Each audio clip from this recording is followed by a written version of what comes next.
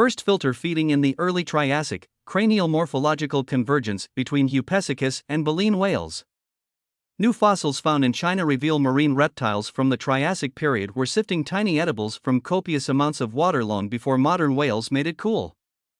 Analysis of the skulls of two recently discovered specimens of Hupehsuchus nanchangensis by researchers from China and the UK identified structures that allowed the animals to scoop up large amounts of water for sifting out prey, in a process known as filter feeding.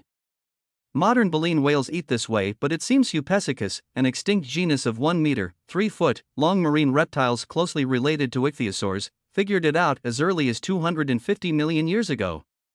We were amazed to discover these adaptations in such an early marine reptile, says paleontologist Zichen Fong from the Wuhan Center of China Geological Survey, lead author of the research. Both pieces of fossil evidence come from the Jialing Formation in China.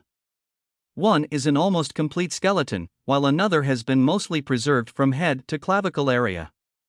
As part of the analysis, Fong and team compared the skull of the complete skeleton specimen to skulls from 130 amniote species, including baleen whales, mysticetes, toothed whales, odontocetes, seals, pinnipeds, crocodilians, birds, and the platypus. The team says the skull structure of Hupehsuchus implies it evolved convergently with modern baleen whales, meaning the different species developed similar traits over time. We suggest it had independently evolved some form of baleen, says Li Tian, a biogeologist from the University of Geosciences Wuhan.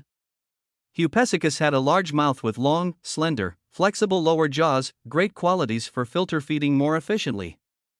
The long snout was composed of unfused, strap-like bones, with a long space between them running the length of the snout, says Long Chang, a paleontologist from the Wuhan Center of China Geological Survey. This construction is only seen otherwise in modern baleen whales, where the loose structure of the snout and lower jaws allows them to support a huge throat region that balloons out enormously as they swim forward, engulfing small prey. The team found the Hupehsuchus skulls also have grooves and notches along the edges of their jaws, suggesting Hupehsuchus used soft tissues like baleen to push water out of its rather spacious mouth. Modern baleen whales have no teeth, unlike the toothed whales such as dolphins and orcas, explains Tian. Baleen whales have grooves along the jaws to support curtains of baleen, long thin strips of keratin, the protein that makes hair, feathers, and fingernails. It's unclear where baleen came from in the whale's evolutionary past. The best evidence indicates their early ancestors went through a stage where they had both teeth and baleen before losing their teeth completely to become the filter-feeding baleen whales we know today. Fong and colleagues add that Hupehsuchus' rigid trunk means it was a slow swimmer and probably used a continuous ram filter feeding method, like bowhead and right whales, snacking on crowded areas of plankton near the water surface.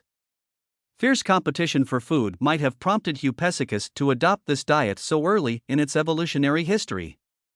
Only around 4% of marine species survived the rising temperatures and acid rain of the profound mass extinction period around 252 million years ago, known as the Great Dying. Hupehsuchus emerged not long after.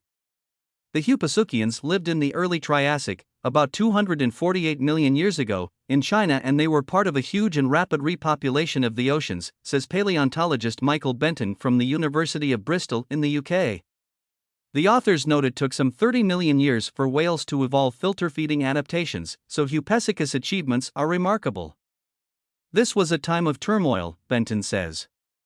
It's been amazing to discover how fast these large marine reptiles came on the scene and entirely changed marine ecosystems of the time.